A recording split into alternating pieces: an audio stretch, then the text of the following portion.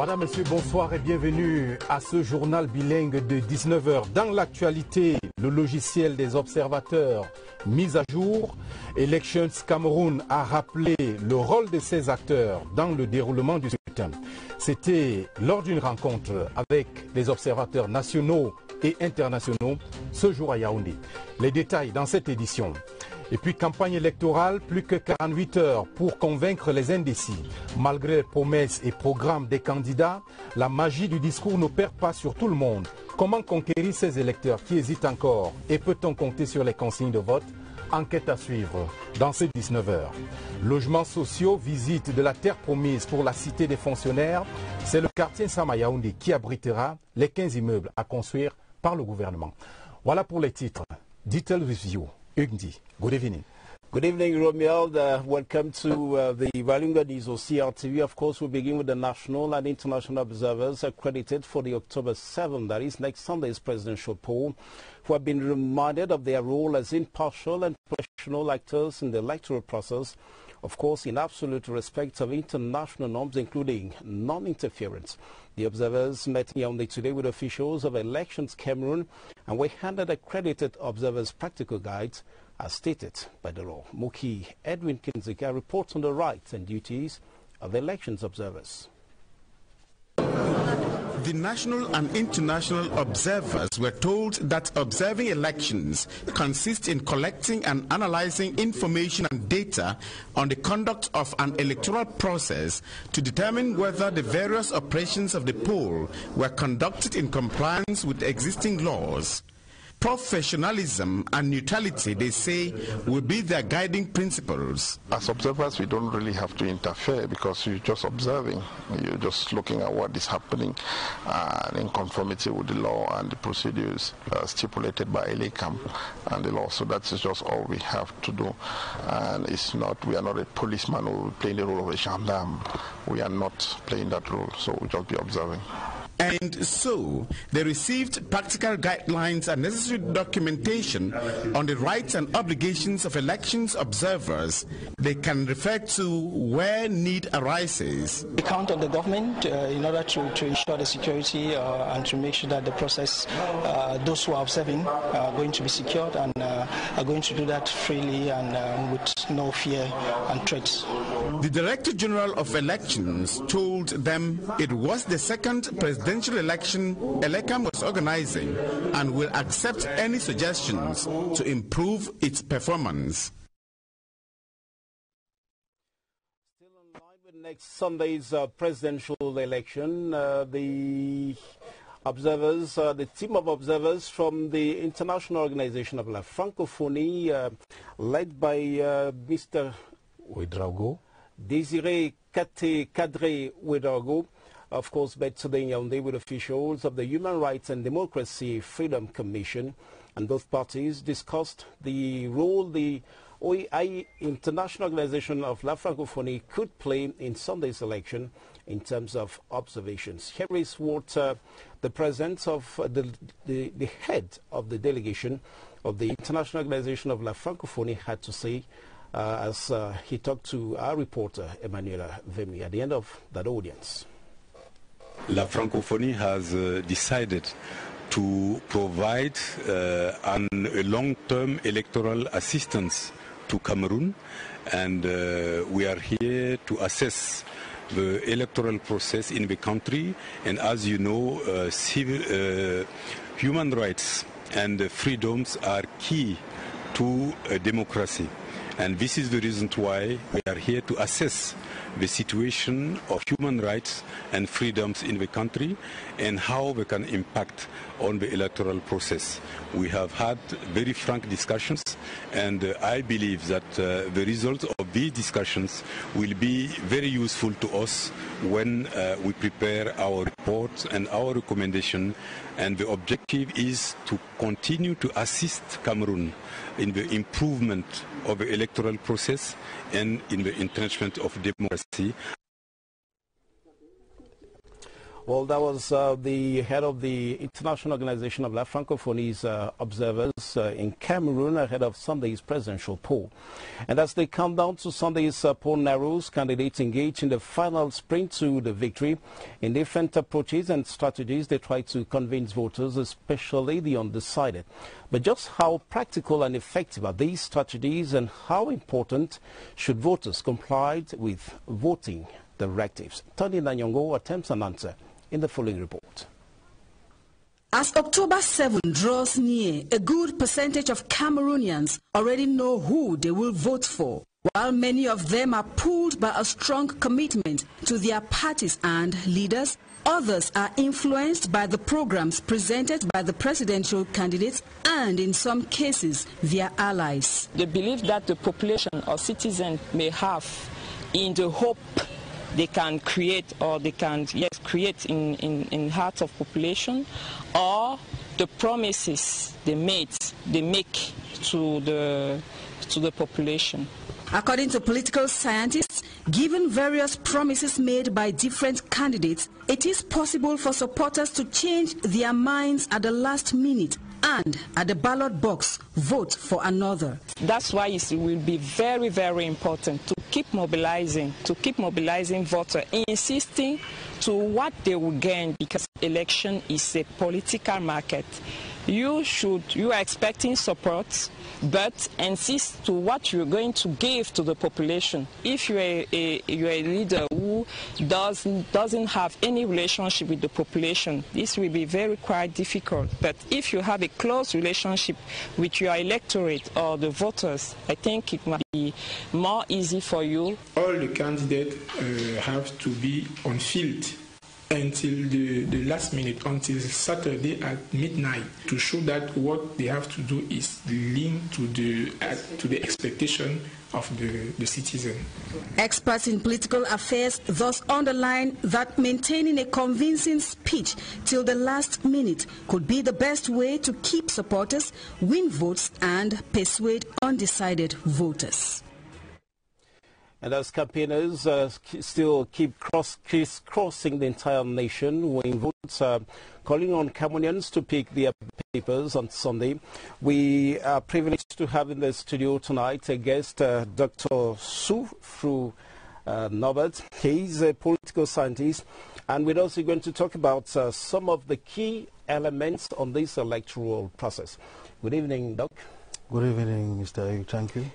Yeah, let's start with the elections result proclamation. We know we're all heading towards Sunday. Sunday is the D-Day. But I think as from now we have to start thinking about after Sunday. Who really proclaims the results in Cameroon?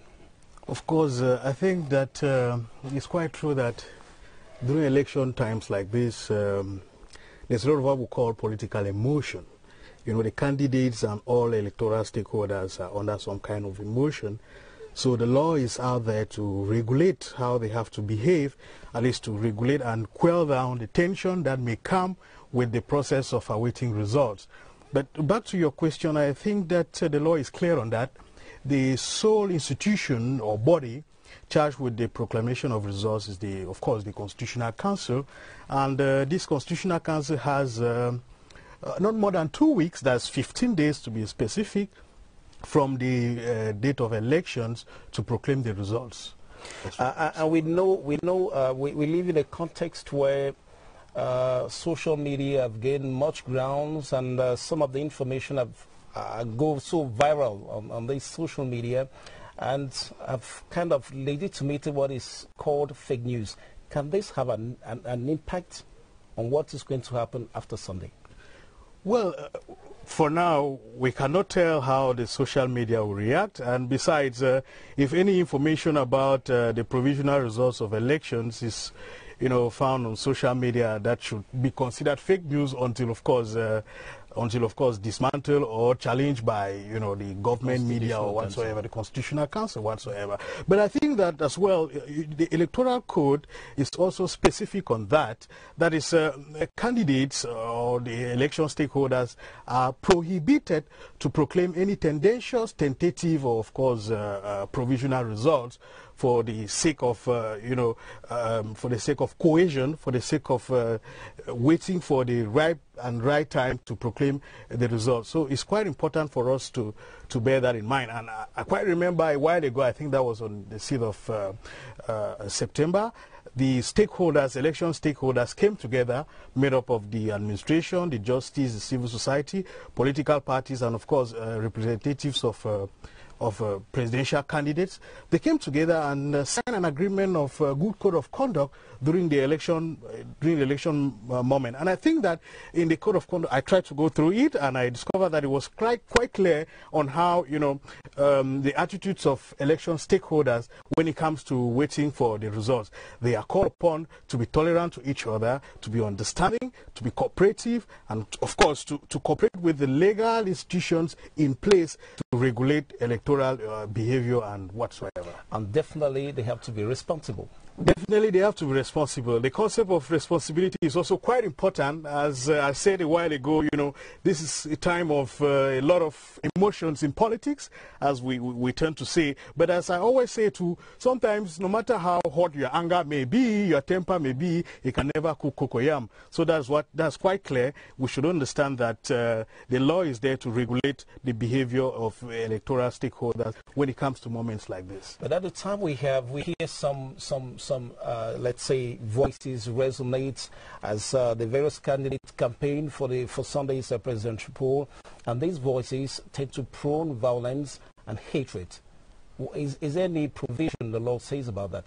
Of course, I think that in no political system violence will ever be accommodated, no matter the form, be it physical violence, symbolic violence, verbal violence, or whatsoever.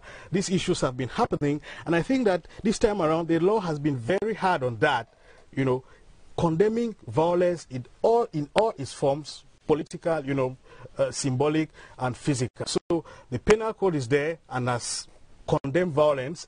Whoever is involved in violence, of course, we have to pay the price for that. And so can we say the responsibility of these candidates, these various candidates, can ensure a hate-free post-electoral period? I want to think so, because when I compare the electoral moments of now with the electoral moments of the early 90s, I want to think that election stakeholders have more or less become mature in understanding that politics is no longer as the heydays, of course, when multipartism was just initiated. So without giving a square peg answer in a square peg hole, I want to think that these elections, post-election violence, will be something kind of reduced this time around, because as we grow up, we tend to be mature politically, we tend to be responsible politically, and we tend to accommodate the other. And now the concept, if you permit me, I want to introduce something here. We have moved from the era of considering the adversary as an enemy, because with an enemy, you tend to eliminate an enemy. But an adversary, okay, you tend to defeat an adversary, of course, using the legal means and all whatnot that comes with it. We've also heard, and probably that should be one of our last questions, we've also heard about the civil society claiming so high and bold that candidates should respect the result come Sunday. Of course, we know that, the entire electoral system and framework cannot do without civil society today, because they are there to observe. They also formulate their own report. So it's quite important also to understand that at first, civil societies could be victims of political manipulations and all of that.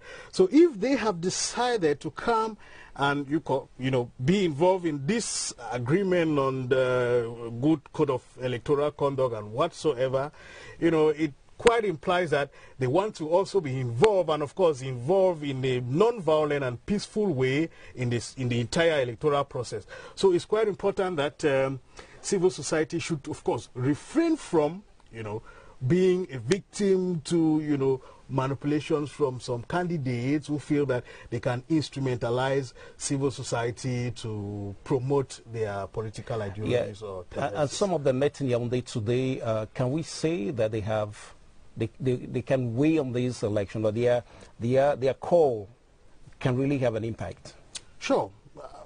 Definitely. I think that the call of the civil society with regards to these elections has an impact. First of all, the fact that the civil society is actively involved implies that it is kind of legitimizing the process. So definitely, and of course, the Code of Good Conduct clearly specifies what is expected of the civil society. Avoid proclaiming tendentious and tentative results or whatsoever. So it's quite important to understand that, civil society has a fundamental role to play in the entire process.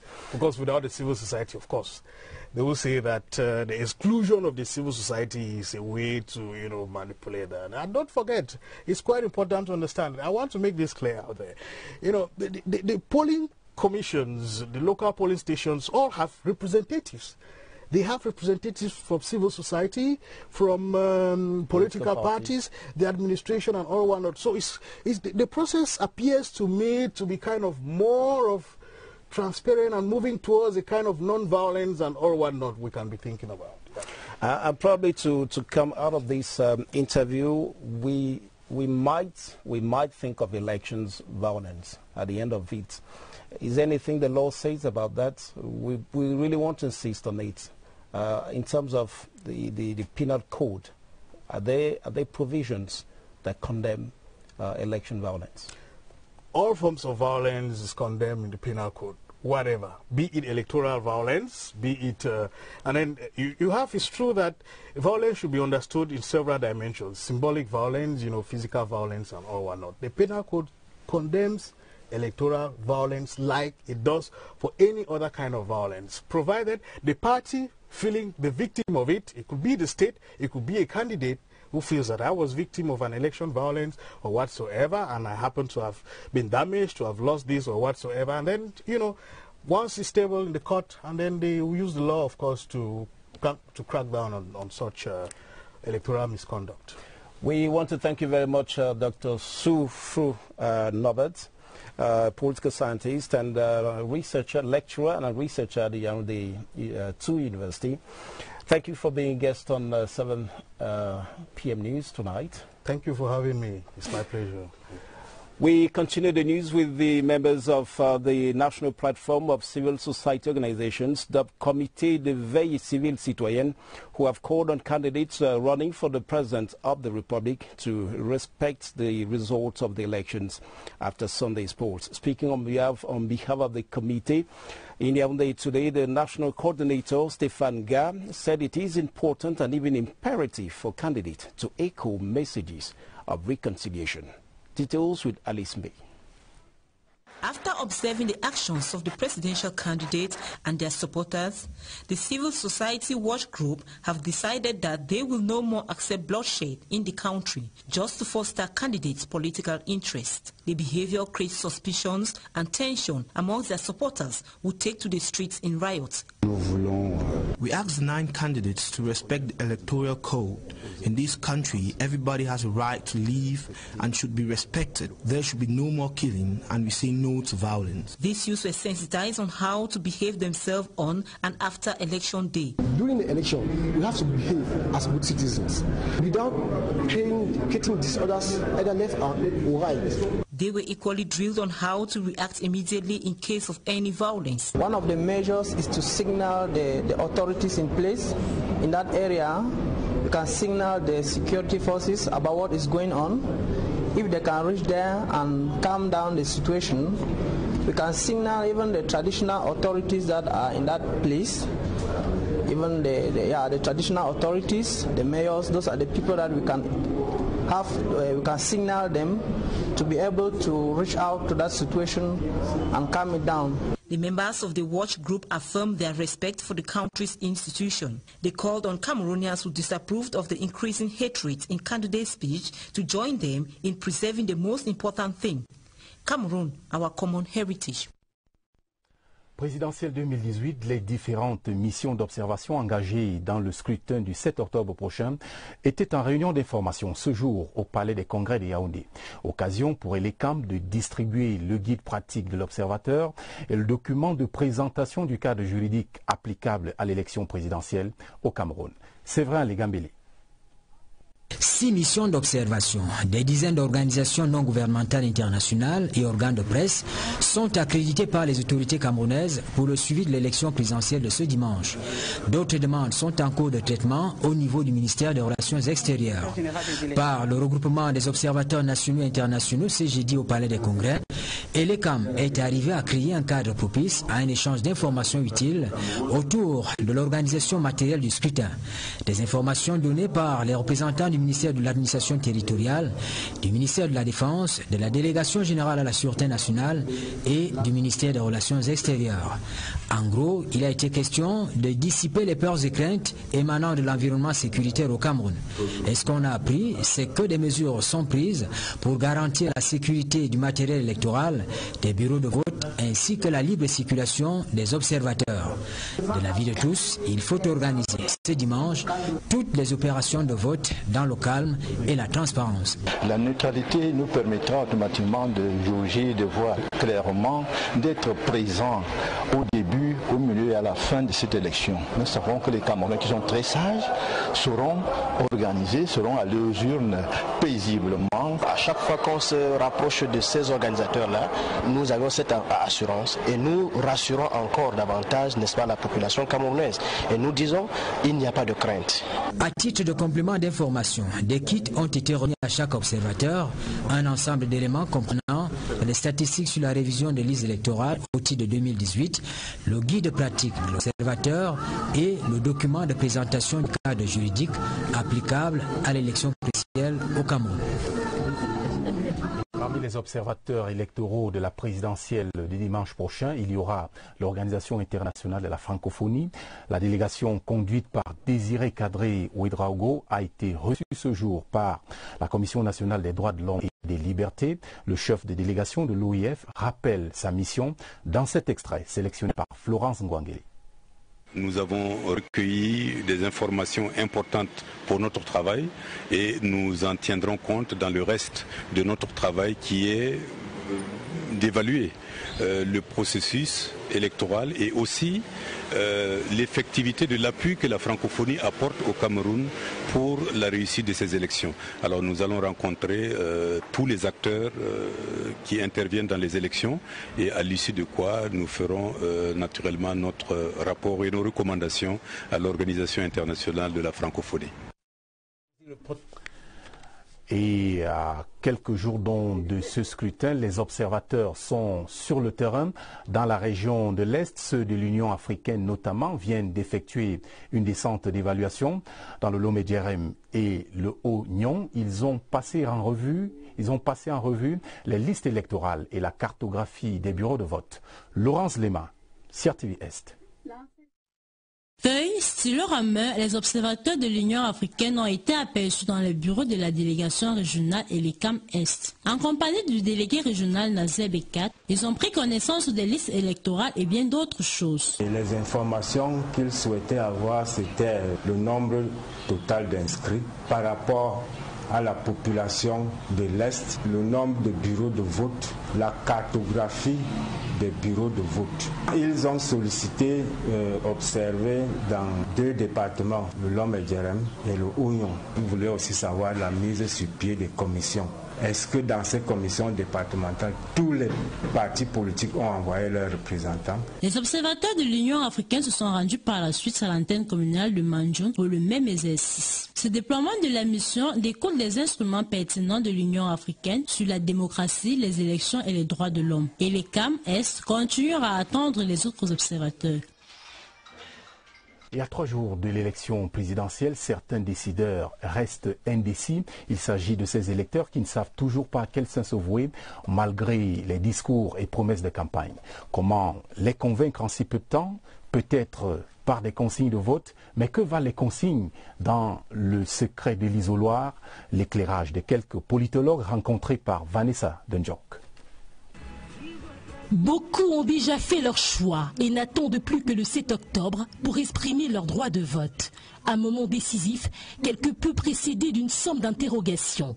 Faut-il maintenir son choix de départ? Que gagne-t-on à suivre les consignes de vote? Y a-t-il lieu de prendre position par conviction ou par simple devoir de conscience? Côté candidat, difficile de prétendre être propriétaire des voix de ses militants ou sympathisants, bien même quand ils semblent avoir déjà choisi leur camp. L'élection en général est un marché politique. L'électeur est un acteur rationnel. Tout peut se passer, tout peut changer une fois dans l'une. Parce que la conviction politique n'est pas une évidence. Tout dépend de ce qu'on gagne, ce qu'on perd. Les déterminants sur lesquels il faudrait insister ici, c'est la légitimité des candidats par rapport à leur réalisation antérieure. Entre discours captivants, promesses exaltantes et méga-meetings qui animent cette période électorale, le choc des consignes de vote est souvent ressenti comme un vent de pression susceptible de faire tout basculer sans crier gare. Lorsque la consigne de vote ne cadre pas avec leurs intérêts personnels, ces électeurs même ne suivront pas la consigne donnée par le candidat. Et dans ce cas, c'est l'électeur lui-même qui opère son choix, qui fait preuve de sa rationalité. Aller aux urnes, oui. Mais pour opérer quel choix? Question embarrassante pour ceux qui n'ont pas encore ciblé leur candidat de cœur. Et si tout se jouait avec la carte de la persuasion? Il faut restaurer la confiance et d'identifier ces indécis-là, d'aller vers eux. On s'engage à nouveau auprès d'eux à travailler de telle sorte qu'ils puissent trouver satisfaction dans le nouveau mandat. C'est de faire vraiment des promesses fermes dans lesquelles ces indécis-là pourront trouver leurs intérêts. À croire que rien n'est encore gagné ou perdu d'avance. Peu importe la démarche employée pour aller à la conquête des électeurs jusqu'à la dernière heure, il leur revient au final de choisir celui qui leur offrira le meilleur avenir qui soit. Et plus nous approchons de ce scrutin, et plus on observe une certaine inflation du discours, une effervescence, notamment dans les médias classiques et les médias sociaux. Nous recevons ce soir un homme de droit pour nous rappeler quelques précautions à observer dans ce contexte et dans ces conditions. C'est un avocat au barreau du Cameroun, maître Simon-Pierre Nzana. Bonsoir et bienvenue. Bonsoir, merci.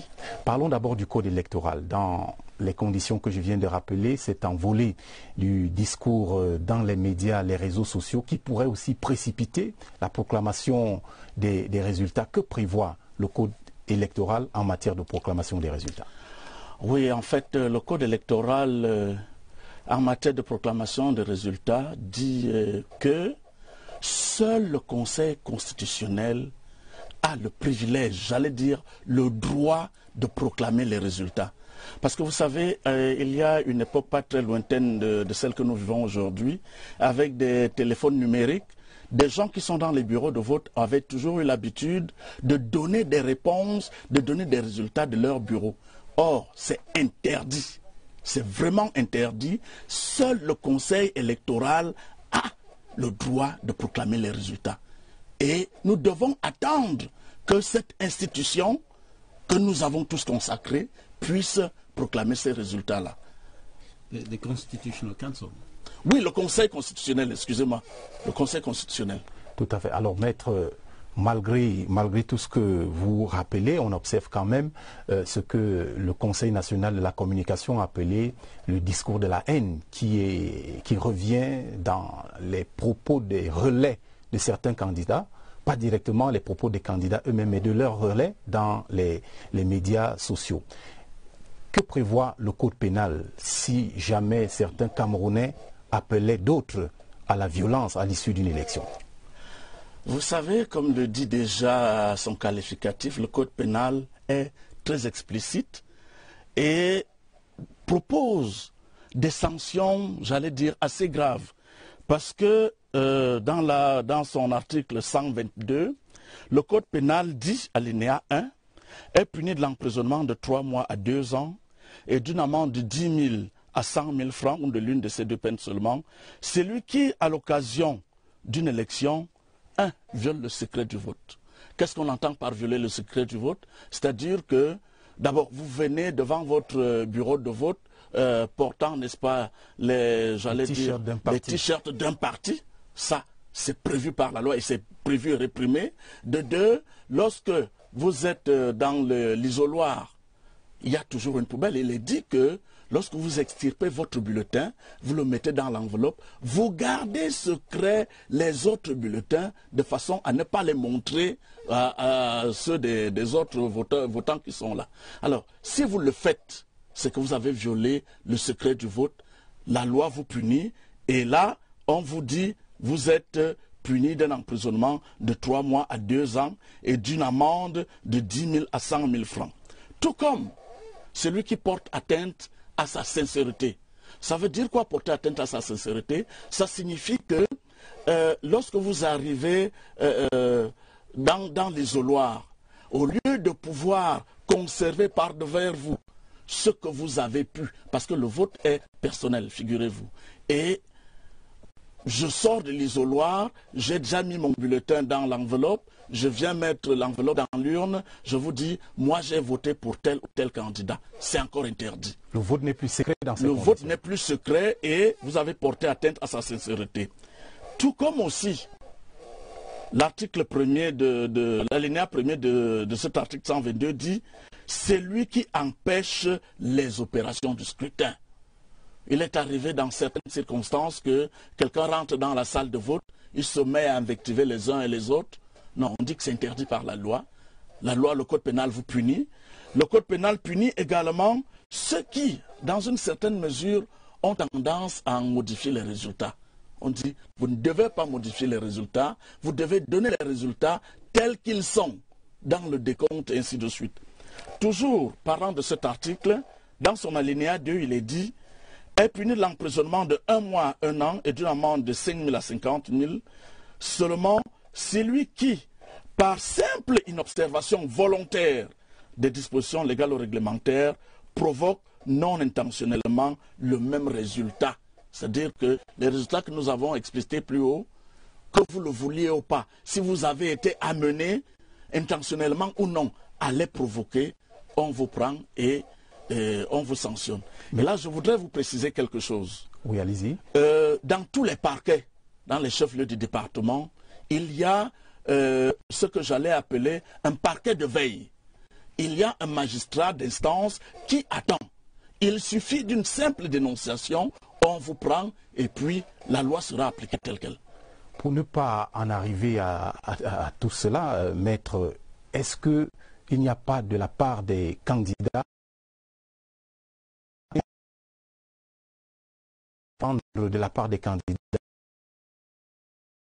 qui doivent tenir donc à leurs partisans et à leurs équipes? Vous savez, on nous a toujours dit que, et nous le constatons, que le peuple camerounais est mature, il est mûr.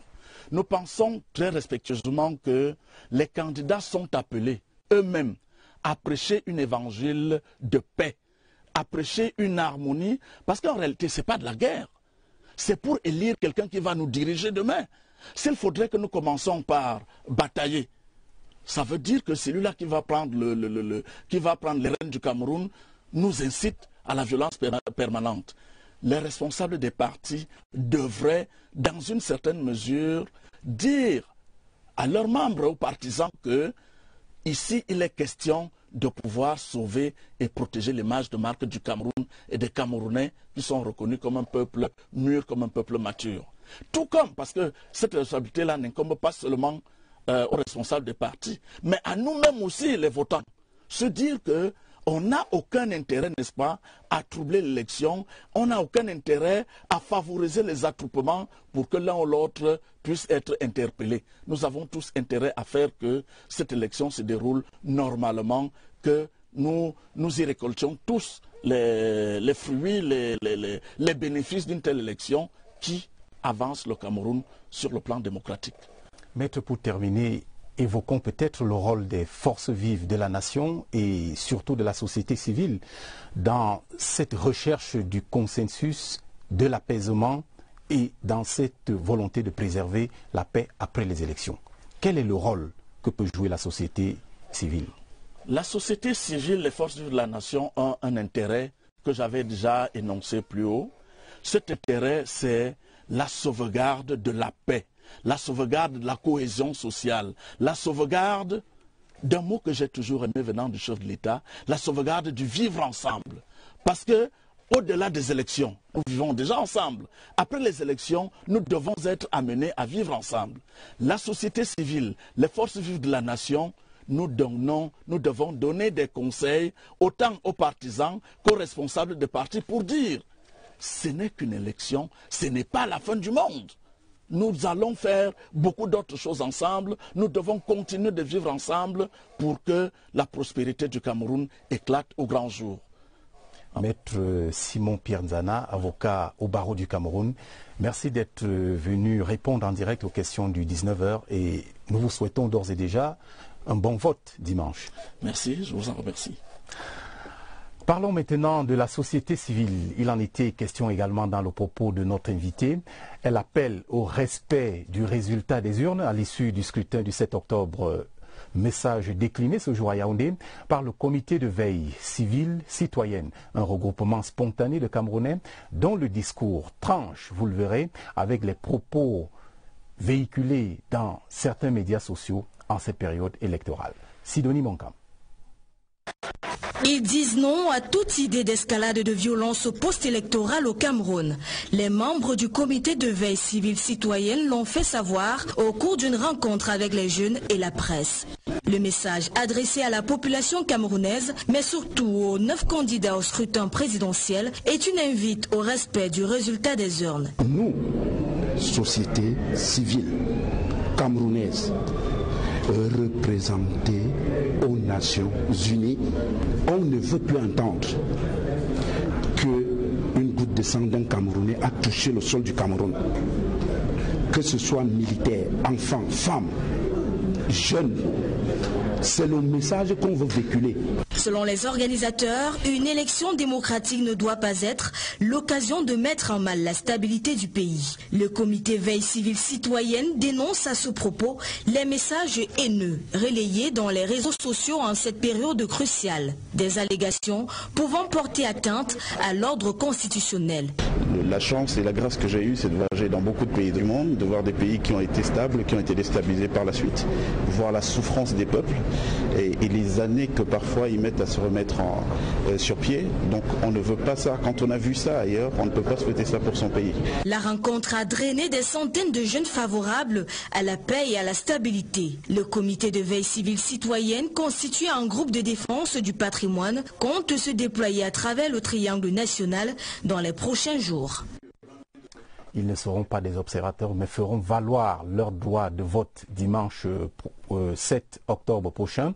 À Lodorf, les pygmées des villages de cet arrondissement se préparent. Les autorités administratives locales mettent tout en œuvre pour faciliter le processus d'établissement des cartes des actes de naissance et des cartes d'identité et des lecteurs. Les précisions avec Daoud Moulian, des CRTV Sud. Des sentiers battus, des forêts de Lodorf, au goudron des zones rurales, la communauté pygmée de Ngoyan se meut au rythme de l'élection présidentielle. De plus en plus, femmes et hommes pygmées s'intéressent au choix de leurs dirigeants. Leur droit de vote est garanti par les mêmes exigences d'ordre général. J'avais eu ma carte parce que c'est très important. C'était avant, les pygmées ne votaient pas. Mais aujourd'hui, le temps nous regarde. S'il est vrai que le pygmée de Ngoyan participe à divers scrutins, l'acquisition et la conservation de ces pièces d'identité ou d'état civil ne sont pas toujours aisées. Aux lourdeurs administratives propres à leur milieu de vie s'ajoutent des risques liés aux réflexes et habitudes à la peau dure. Jusqu'à présent, je n'ai pas la carte d'identité parce qu'elle reste, parce qu'elle reste à mon bande en brousse, je ne sais pas. J'avais fait ma carte ici à Lodorf. Nous avons fait ça gratuit. J'avais remis la carte d'identité. Pour pallier ces difficultés et donner plus de chance au peuple pygmée de se faire entendre, élites et autorités administratives leur prêtent quelques astuces d'encadrement. Dans certains arrondissements comme deux, nous avons les bureaux de vote où on ne trouve rien que les pygmées. Les pygmées de notre zone sont encadrés d'une part par le gouvernement, mais aussi par les organisations non gouvernementales qui s'occupent des peuples autochtones. Nous avons entrepris de leur établir des actes de naissance, puis des cartes nationales d'identité, des actes de mariage et puis des cartes électorales. Nous allons essayer de tout faire pour qu'ils soient ici au village et non dans les forêts ce jour-là. À Lolodov, les pygmées prennent activement part aux activités de campagne. Qu'ils soient du côté des militants ou de l'électorat que viennent séduire les candidats, ils seront aux urnes le 7 octobre. Les chefs traditionnels du Mfundi peuvent désormais exercer leurs fonctions avec une touche de modernité. Les garants de la tradition viennent d'achever une formation en TIC à l'Institut africain d'informatique. La cérémonie de remise de parchemin s'est déroulée ce jour à Yaoundé sous la présidence du représentant résident de l'IAI, Michel Renaud-Ranja. Les garants du pouvoir traditionnel ont un rôle majeur dans l'éducation des masses. En se formant au TIC, les chefs traditionnels du département du Mfundi peuvent mieux s'adapter aux exigences de l'heure, comme l'a voulu le président de la République, qui favorise l'accès de toutes les couches sociales au TIC à travers l'Institut africain d'informatique. Aujourd'hui, rien ne peut se traduire sans outils informatiques. Et c'est pourquoi nous avons estimé que les chefs, quand l'occasion nous a été offerte, que les chefs rentrent dans ce canal pour qu'ils ne soient pas en marge de tous les savoirs. La cérémonie de remise des parchemins à ces dignitaires traditionnels était l'occasion de saluer les actions du chef de l'État Paul Biya, qu'ils ont d'ailleurs promis un vote massif le 7 octobre prochain. C'est avec beaucoup de fierté et avec beaucoup de gratitude pour le promoteur de cette institution. Nous savons qu'il est soutenu en cela par le président de la République, le couple d'anciens, dans ses efforts de vulgariser l'outil informatique dans les masses les plus basses du Cameroun. Donc c'est avec beaucoup de fierté et avec beaucoup de gratitude que je le remercie. Pour parfaire leur connaissance, une somme de 10 millions de francs CFA leur a été donnée pour l'achat d'ordinateurs. Le feuilleton de la semaine s'achève ce soir. Depuis lundi, nous avons parcouru les cahiers de la discipline dans les lycées avec des notes plutôt admirables. Voyons maintenant ce que pensent les élèves de ce code de conduite dans cette enquête menée par Laurence Okalia.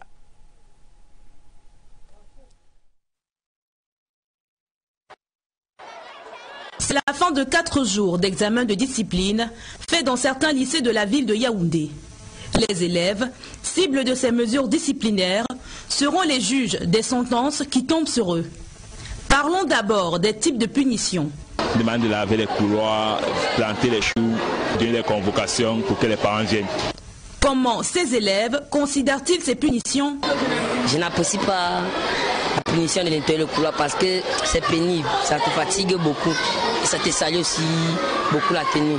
Ces punitions nous aident, c'est pas parce qu'ils sont méchants envers nous, c'est parce qu'ils nous aiment, c'est pour ça qu'ils veulent nous faire changer. Justement, la mauvaise conduite ne mène qu'à une seule destination, l'échec. Certains l'ont appris à leurs dépens. Mon échec a fait en sorte que je prenne conscience qu'il faut être assidu en classe. Je ne dois plus manquer les cours. Après, je dois respecter les professeurs et ma tenue d'être conforme. Aujourd'hui, les plus avertis ont pris conscience de l'importance de la discipline. Elles sont d'ailleurs le stylo rouge de l'administration. Quand tu as la jupe slimée, bien déjà monsieur Mohamed, on coupe ta jupe. À l'entrée du lycée, il y a d'abord, on vous surveille, on fouille vos sacs pour voir s'il n'y a pas de la drogue ou des couteaux, tout ça qui peut nuire à certains élèves et vous nuire même. C'est cet état d'esprit que les responsables des établissements veulent faire régner. Et ils y arrivent très bien. Comme vous avez pu le constater au lycée Leclerc lundi matin avec le respect des emblèmes nationaux, mardi au lycée de Nkondongo avec le code vestimentaire, mercredi au lycée de Ngousso à travers les nouvelles formes de punition. L'administration dans les lycées sort donc de cet examen disciplinaire avec mention honorable. On the sidelines of the electoral campaign, the Minister of State Property and Land Tenure, Jacqueline Kunga Besike, has launched a real estate project in Yaoundé today. The project targets all Cameroonians and consists of building low-cost houses to be simply sold out. More on that story with Luma Slim. Davids. This is state land currently on sale to Cameroonians and foreigners who want to build their residence at Olembe and Mbangong in Yaoundé.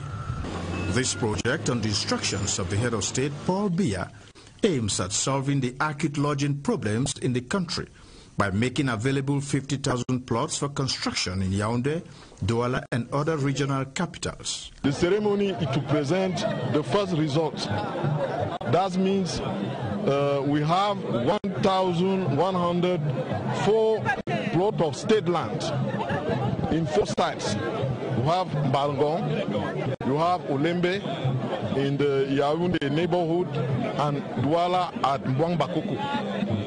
So the aim is to facilitate the acquisition of land certificates. An application addressed to the Minister of State Property, Service and Land Tenure, and in conformity with other modalities, interested persons could be allocated a plot on sale or lease. After launching the sale of building plots, the Minister of State Property, Jacqueline Kung Abesike, accompanied by close collaborators, visited a 6-hectare land in Van on which lodgings for civil servants will be built. A project has been put in place to construct 306 houses for civil servants in a bid to ameliorate the working condition and the output. 16 buildings with 256 apartments and 50 residential to be erected on this site. Since Monday, we've been taking you around the various government schools in Yaoundé to give an appraisal of how the school authorities discipline the students and inculcate in them the spirit of patriotism. To draw the curtains on our running series of civic education and discipline in government schools, our reporter Yoti Kalelisonge sampled the opinion of some students at the Lycée Général Leclerc here in Yaoundé, and they say being disciplined simply helps them work harder. Her report. When government school authorities hit their hands on the table against indiscipline of students, it gives this. To this, students are forced to sit up, but far from being punished, some of them appreciate the good of such measures. When sometimes we don't do our homeworks and the teacher punish us, it helps us to learn that we should always do our homeworks or we should not disturb in class. When they punish us, we know that if we do that again the next time, we will not be good and they will still punish us again. And the next punishment will be more severe. The punishment helps us to be responsible. Others have become advocates for the respect of the school's rules and regulations. When you have a tight-fitting skirt, I tell Mr. Mohammed, he cuts the skirt or then asks the student to go and arrange it. These 4 days, we've put on the spotlight different disciplinary measures in government schools, which include students made to dry clean, sweep, pick up papers or take out the trash, in place of the hard corporal punishment that once existed. The punishment help. They say you that you write all her lesson in a book of 100 pages. This indubitably proves that government schools are not as laissez-faire as some people think. L'aménagement par le gouvernement de 50 000 espaces pour la construction d'habitations prend corps. Les lots communaux sont désormais en vente dans les sites de Mbalgong, dans la Mofouakono et Olembe, dans le département du Fundi. Jacqueline Kung Abesike, ministre des Domaines, du Cadastre et des Affaires foncières, a lancé les ventes ce jeudi avant de visiter le site où sera bâtie la cité des fonctionnaires. Augustin Bidioka. La première phase de l'opération de commercialisation des lots aménagés est ouverte au public. Le ministre des Domaines, du Cadastre et des Affaires foncières a entamé l'opération dans les lotissements de Manio, ici à Mbalgong, dans le département de la Mefouakono et à Olembe, dans le Fundi. L'ensemble des espaces constructibles s'étend sur 31 hectares pour un nombre total de 680 lots de 300 mètres carrés chacun. L'affiche technique a été présentée par le directeur du cadastre ainsi que les procédures devant aboutir à la délivrance du titre foncier. Le ministre des Domaines, du Cadastre et des Affaires foncières a expliqué la volonté du président de la République qui souhaite que chaque Camerounais soit propriétaire d'un logement décent. Les efforts qui sont faits par le gouvernement et sur très haute instruction du président Paul Biya, parce qu'il s'agit de l'eau viabilisée, c'est-à-dire avec route, eau, électricité. Le grand message que je donne ici est que ce programme va se poursuivre donc et va s'intensifier avec le président Paul Biya dans le septennat qui a commencé. Les premiers acquéreurs des lots domaniaux de Mbalngon ont obtenu solennellement leur titre foncier. La journée de travail du ministre des Domaines, du Cadastre et des Affaires foncières s'est achevée sur ce site en construction de la cité des fonctionnaires où seront aménagés 15 immeubles et 50 résidences. Nous engageons ici une phase pilote de 306 logements et nous allons certainement continuer. Ce sont là de belles perspectives pour le Cameroun en voie de l'émergence. Absolument, Augustin Bidjoka. Soulagement pour les populations de Lamour et Afamba, région du centre. Elle dispose de 2 nouveaux centres de santé mis en service par le ministre de la Santé publique, André Mamafouda. Ces structures hospitalières sont basées à Eilat, par Hawaï, et au campus de l'Université de Yaoundé 2 à Soa. Impact sur la vie des populations dans ce reportage d'Inès Magoum.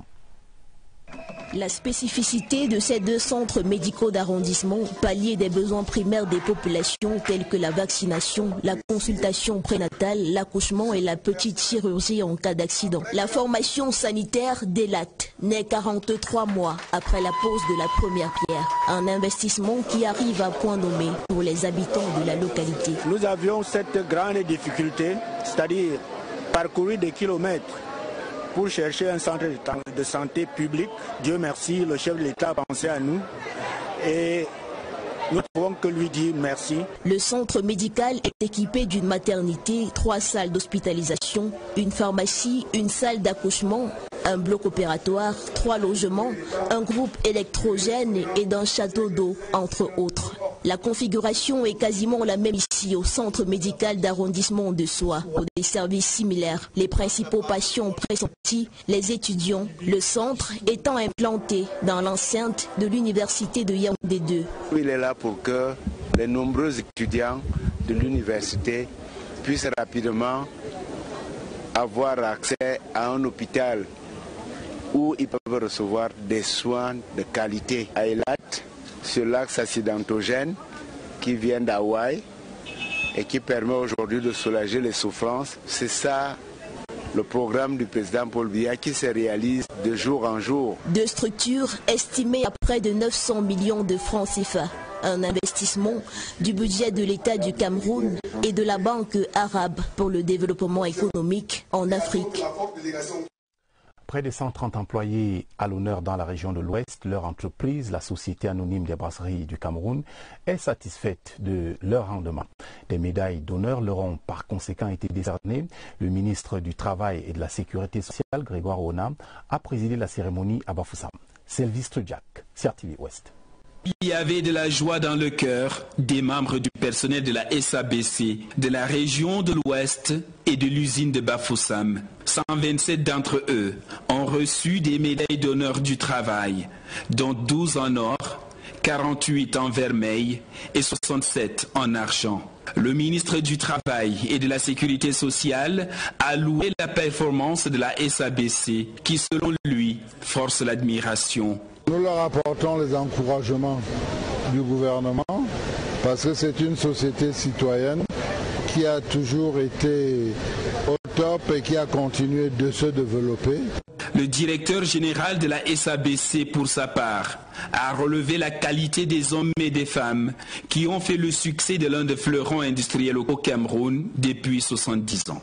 Il a aussi souligné le côté citoyen de l'entreprise. C'est le moment aussi pour moi de remercier tous les collaborateurs de l'Ouest et également du Nord-Ouest pour leur engagement et leur dévouement dans ces moments un peu difficiles. Je dois rappeler que le groupe SABC est un groupe camerounais, que M. Castel est effectivement un homme français, mais que nous n'avons pas de brasserie en France. Nous avons une vocation africaine. L'ensemble de ce groupe est sur le territoire africain et nous avons pour vocation de développer le Made in Cameroun. Les récipiendaires, eux, sont remplis de satisfaction. Un sentiment de reconnaissance par rapport à la hiérarchie qui a pensé qu'il était grand temps pour moi de recevoir cette distinction honorifique.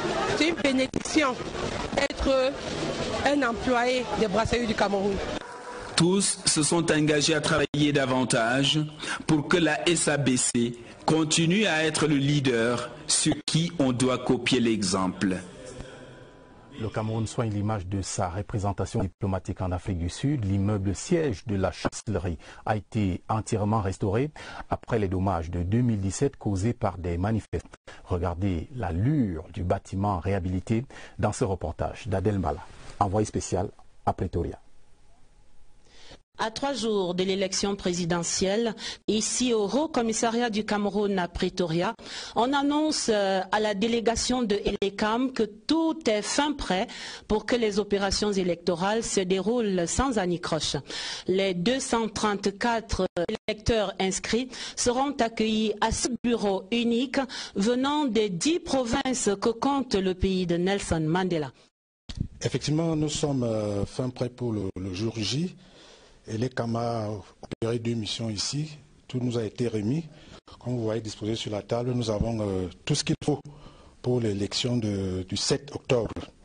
Nous avons là les listes électorales, les listes officielles, 234 noms inscrits.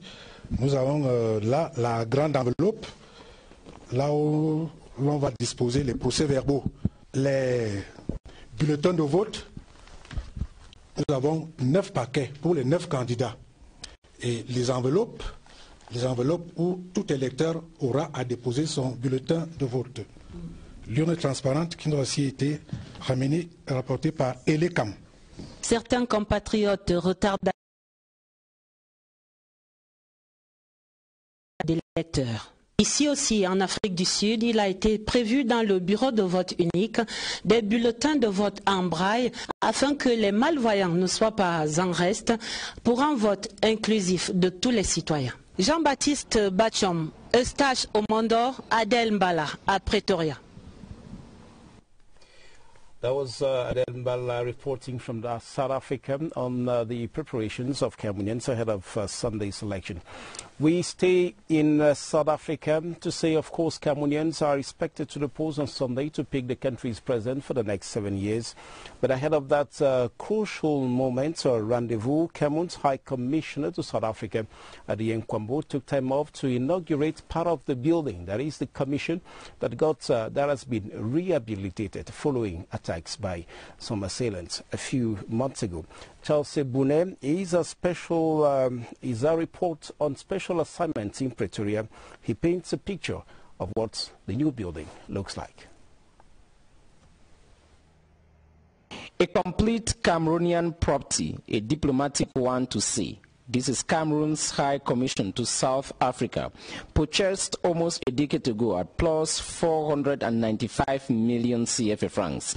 After my arrival, His Excellency President Paul Biya gave some means, placed some means at our disposal in order for us to purchase a building. And we purchased this building in April 2009. Covering a surface area of over 3,700 square miles, it is separated from the High Commission residency, also bought at roughly 40 million CFA francs by the government. South Africans really appreciated the fact that the High Commissioner was appointed to represent Cameroon in South Africa. This is the nerve center for the over 10,000 Cameroonians living in South Africa, with over 6,000 of them officially known to the authorities here. Inside the premises, we organize weddings, as you said. We take care of most of the Cameroonians' problems. We also facilitate the visa to foreigners who would like to travel to Cameroon for any particular reason. As Cameroon and South Africa keep their relations, although smashed by some destruction last year by some individuals, the building keeps cables between Yaoundé and Pretoria safe. With that story by Charles Sebune from South Africa, from Pretoria precisely, we draw the curtains on today's edition of the Bilingual News. We thank you very much for having watched it. Do take the appointment for tomorrow, 7 p.m. and I will still be in the company of Romuald Chisseux. En effet, mais en attendant, tout à l'heure, 20h30, vous allez retrouver Catherine Toulou et Patricia Lebam-Toxon pour le journal de la présidentielle. Bonne suite des programmes sur la CRTV. Bonsoir. Good night.